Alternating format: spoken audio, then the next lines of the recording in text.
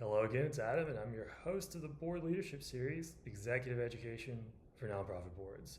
And in part 3 of our 300 section, talking about strategy and structure of nonprofits, we're going to talk about something that often puts board members to sleep: fundraising reports. But here's the reality: it doesn't have to be that way.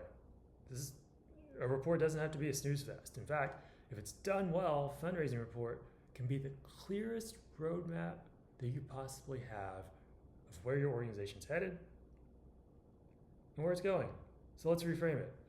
Whether you're at a Fortune 500 board table or at a community nonprofit, the best reports follow a timeless logic: context, clarity, and trajectory. And that means looking at three things. First thing is past performance. Where have we been? See, this isn't about narrative, it's about data. So think, what did we raise last quarter? How did that compare to the same time last year? Where are the spikes or the stalls? I mean, this kind of information sets the stage.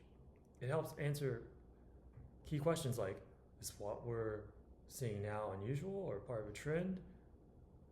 The economist Peter Drucker would call this diagnostic thinking, not just tracking what happened, but why. Second thing is focus on present needs. Where are we now? What do we need? This is about maintaining momentum and building it when you need it. Ask questions like, are we on track to meet this year's goals? Are there funding gaps that could put programs at risk? Are there opportunities that we could jump on with a little more energy? And this is where smart boards ask questions like, what resources do we need today that won't compromise tomorrow? This is part of the stewardship process, not just oversight. And the third thing that a great financial report needs to have is future vision. Where are we going? And what will it take to get there? This is where we look 1 to 3 years out, or maybe 3 to 5 years. Questions like, what's the big strategic move that we're building towards? Will we need a capital campaign, a capacity hire, a change in how we fundraise?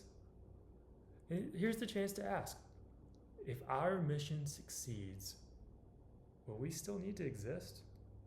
Honestly, just ask yourself that. And it's a big question. And while this video won't go fully, this is where I encourage you to jump to the Substack post, the study guide that we've created to accompany these videos.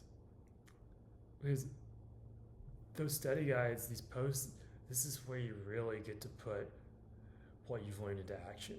Because the best fundraising reports, they don't show where we are, they make the board ask better questions about where we're going and how we'll get there. Up next, the final part of strategy and structure, we'll talk about your role in stewardship. Because thank you notes, they're not just nice, they're a strategic part of what you do as a board member.